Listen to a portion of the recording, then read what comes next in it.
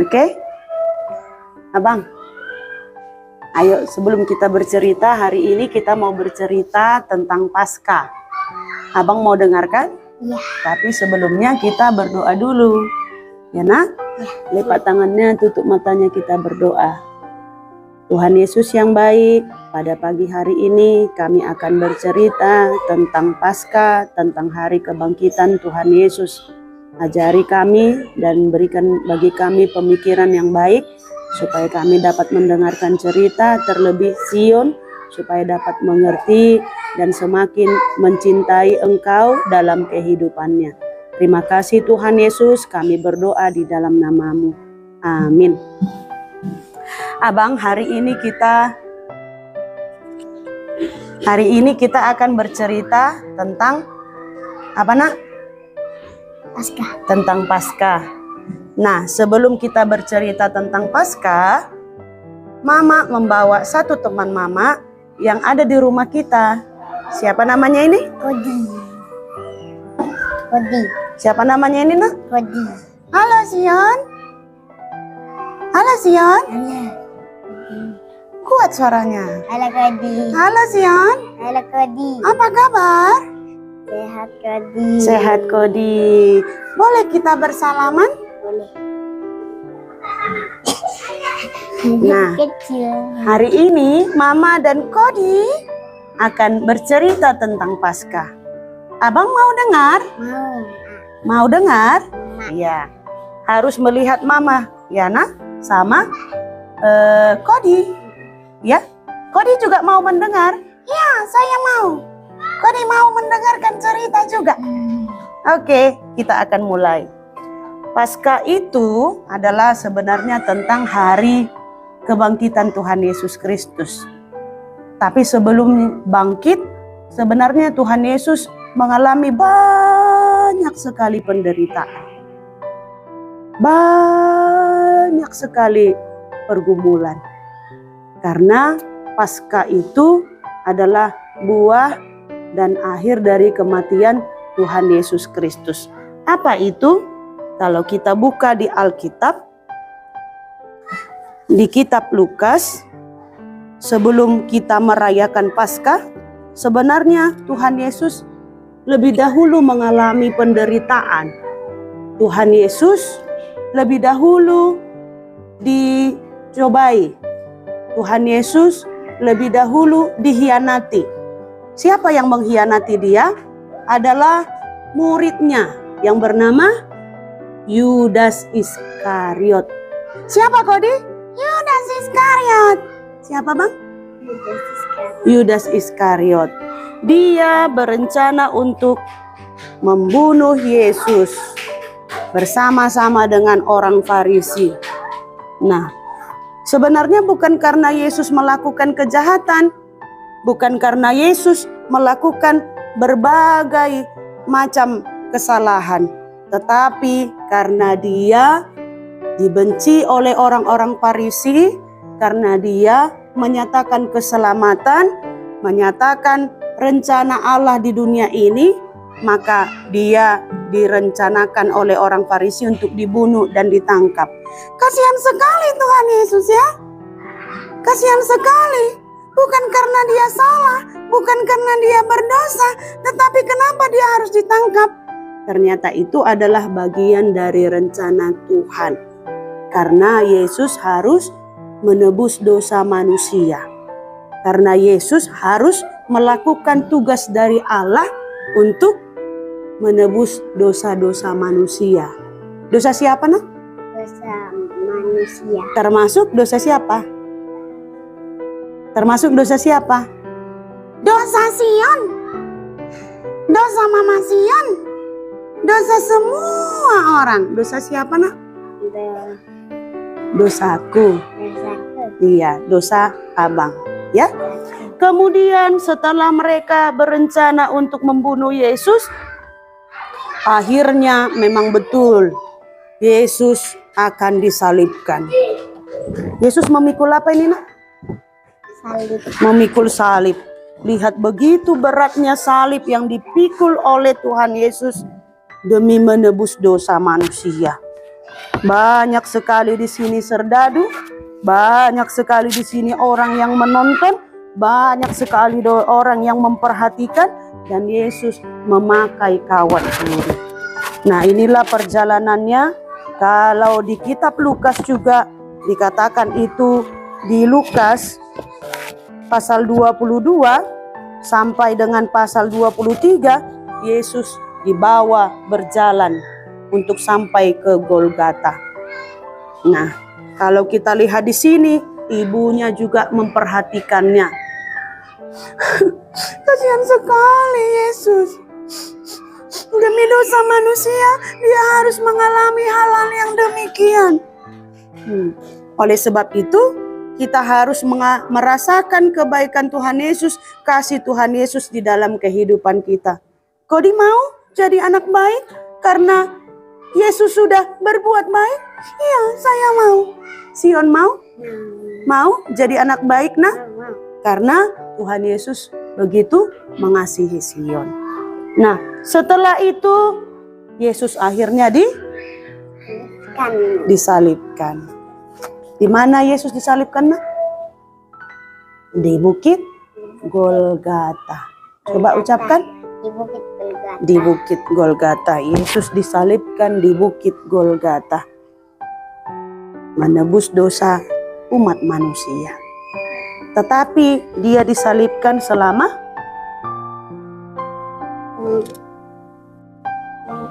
dia disalibkan, tetapi dia dikuburkan kembali, dan akhirnya dia bangkit pada hari yang ketiga. Itulah Paskah. Jadi sebentar lagi kita akan merayakan Jumat Agung, hari Jumat ini. Maka pada saat itu kita memperingati kematian Yesus. Dan pada hari Minggu, hari Paskah, Yesus bangkit. Yesus kembali menunjukkan dirinya bahwa dia menang atas kematian, dia menang atas maut. Itulah yang kita rayakan dengan sebuah peringatan akan Paskah. Jadi Paskah itu apa, nak? Hari kebangkitan Tuhan Yesus. Hari kebangkitan Tuhan Yesus. karena Yesus telah mengalahkan dosa, maut, iblis yang mengganggu kehidupan kita, yang mengganggu Sion, yang menggoda Sion untuk melakukan kejahatan. Yesus telah mengalahkannya. Dia bangkit dari kubur. Dia bangkit menunjukkan bahwa dia adalah Tuhan dan Juru Selamat. Maka apa yang mau disampaikan melalui Paskah, nak? Yang pertama, tidak boleh lagi takut. Karena Tuhan kita hidup. Nah, Kodi aja paham. Tidak boleh lagi takut dengan apapun. Abang suka takut kan? Ke kamar mandi takut kan? Tapi Tuhan sudah mengalahkan iblis. Tuhan sudah mengalahkan dosa. Tuhan sudah mengalahkan maut. Dia sudah menang. Maka iblis, setan, apapun itu tidak berkuasa. Tidak boleh lagi menakut-nakuti abang. Maka harus menjadi anak yang berani. Paskah itu mengajarkan kita bahwa Yesus adalah Tuhan dari segala Tuhan, Raja dari segala Raja. Dia menang atas segala kuasa apapun. Luar biasa. Tadi Yesus begitu kasihan. Sekarang dia sudah mengalahkan segala sesuatu. Hore! Hore! Nah, setelah itu Paskah juga mengajarkan kita bahwa Yesus mengasihi kita. Tengok. Yesus berjumpa, ada seorang ibu yang mencari mayat Yesus. Tetapi apa yang terjadi? Yesus menjumpai dia. Yang ditemukan tidak mayat lagi, nak.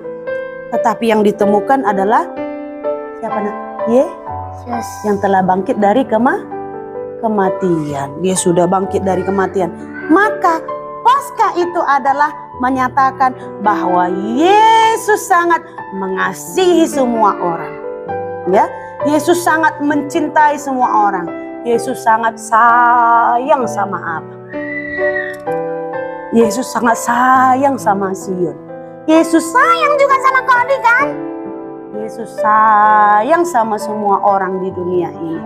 Maka Yesus berkorban itu untuk menunjukkan kasih sayangnya kepada dunia.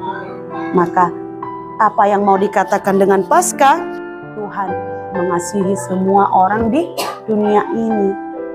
Maka abang harus tahu kalau ada yang berbuat jahat, kalau ada yang berbuat tidak baik sama abang, kalau abang merasa sendiri, ingat bahwa Yesus mengasihi kita semua. Dia sayang sama siapa, nak? Dia sayang sama siapa? Yesus sayang sama siapa? Samamu. Bikinlah tangannya, nak, sama aku. Yesus sayang sama aku.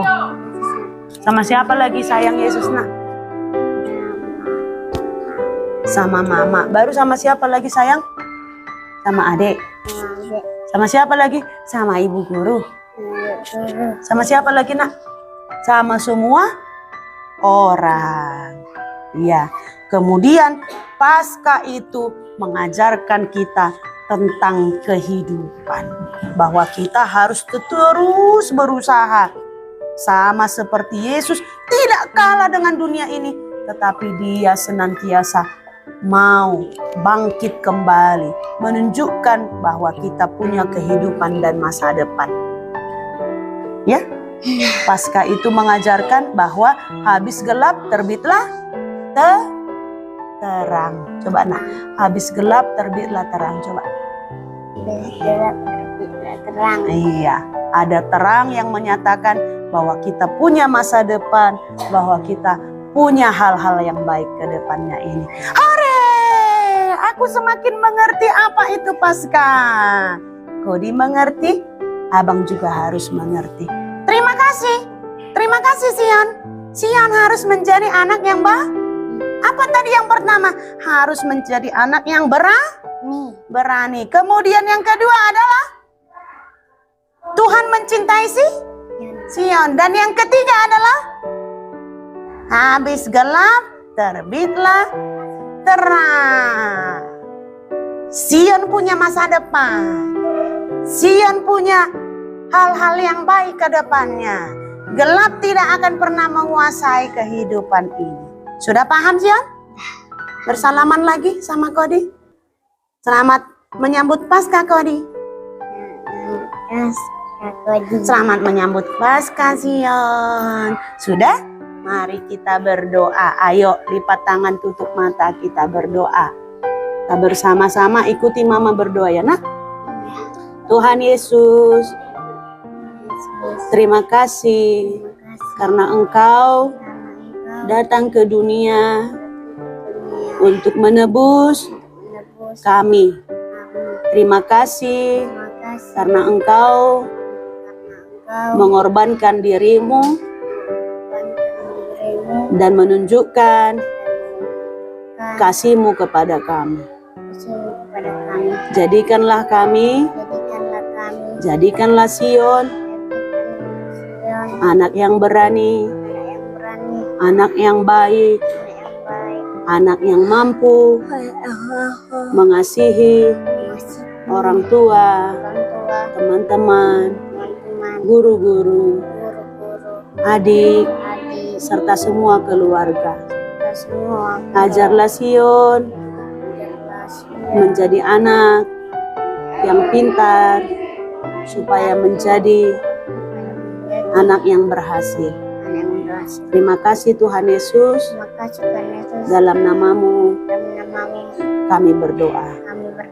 Amin. Amin. Oke, just nah. Iya.